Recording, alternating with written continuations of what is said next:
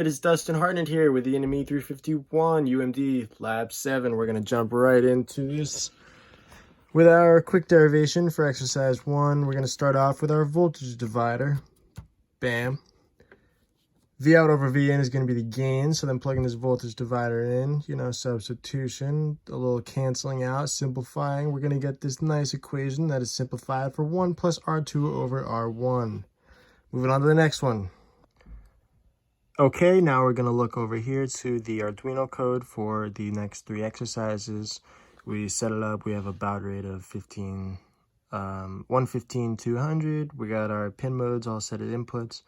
And our VN, V negative, V out, and V positive are set at analog read of the desired analog pins, which I'll show in a second. Down below, we string our inputs with commas and then print to the serial monitor that string and then delay 50 milliseconds as stated in the lab. Now over to the processing code. It's the same processing code from lab 5, I believe, oscilloscope.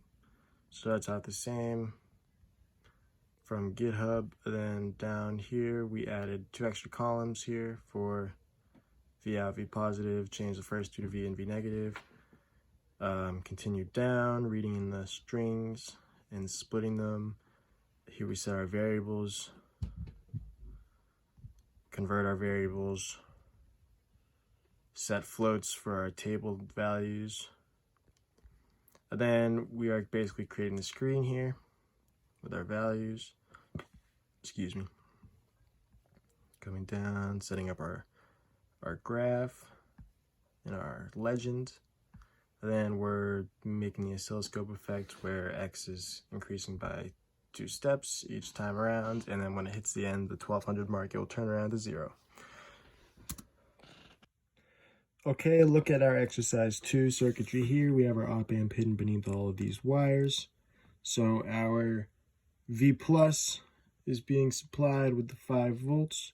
Our V in is coming through the potentiometer through this white wire and also connected to the Arduino here. And this V plus this V minus here is the green wire connected to the Arduino, which also has this orange wire connecting it to the V out, making it the equity gain op amp. And then we have our ground connected here, all of which powered by the Arduino. Yellow wire will be for the next exercise. And we'll quick look at what it gives us. So this would be they're offset just a little bit due to some lag and not quite perfect readings from the Arduino. So as we go from 0 all the way up, they follow each other, reach the top and come back down. We'll move on to the next one. And we're back with exercise 3, the inverting amplifier. So here is our Arduino code. The only thing that has been changed is the inclusion of this positive here, and then the addition of the positive in the string as well. Switching over,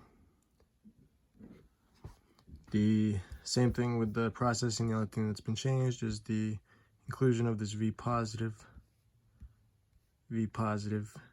as a 4th variable.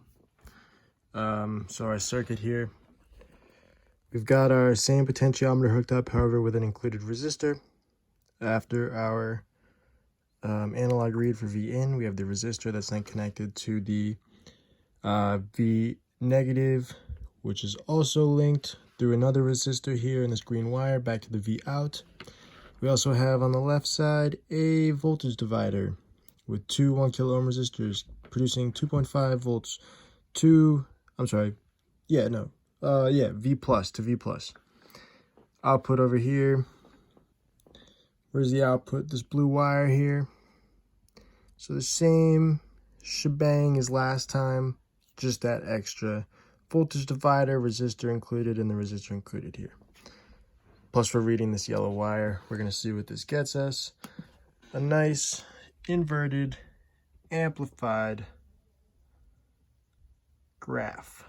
You see as the white and green go up, V out goes down, but when the white and green go down, the V out goes up. Now the white and green have a difference of that voltage discharge from the resistor between the potentiometer and the V in. Our blue is our V out, and it is inverted and amplified. How nice. We'll see you for exercise 4. And we are back for exercise 4. Quick derivation to start us off. Here's our integrating amplifier schematic. Start off, we see our voltages are equal at VC and V out, equal and opposite. We're going to use our currents that are equal at I in and IC here, IC and I in. Use those equations for these two currents, set them equal. Going to get this equation. Solve for V out here. Integrate. Get an equation for V out, substitute for this impedance, get another equation for V out. That's the whole shebang, mathematically. Now, to the circuits. We have the same exact circuit as last time. However, we'll see here we have our voltage divider still. We have our potentiometer still. Op amp is still in there. However, for this feedback loop, there's a capacitor here instead. And this resistor here that was 1 kilo ohm is now 4.7 kilo ohms. This is creating an inverting amplifier. Arduino code is the exact same code. Processing code is the exact same code. We're going to see what that does. Okay, so now we see green and white are down below, being V in and the negative. This yellow is at 2.5. V out is replicating it. However, a little bit off due to the time derivative, or time derivative. Excuse me. Now, if we go up and below 2.5, it's going to get a little wacky, up and down, and then up above about 5 volts for V in. V out is going to be about 2 volts, as we see there. So this is effectively what we're seeing is that the magnitude of the output signal is basically determined by the length of time that the voltage is present at V in. So the current through the feedback loop charges and discharges the capacitor, and this is basically what we're seeing in the graph, and it is resembled in this equation here with the time derivative. Thank you again for another beautiful week of ENME351 Laboratory. We will be back again next week with an exciting and opportunistic Lab 8. We'll see you then. Stay healthy.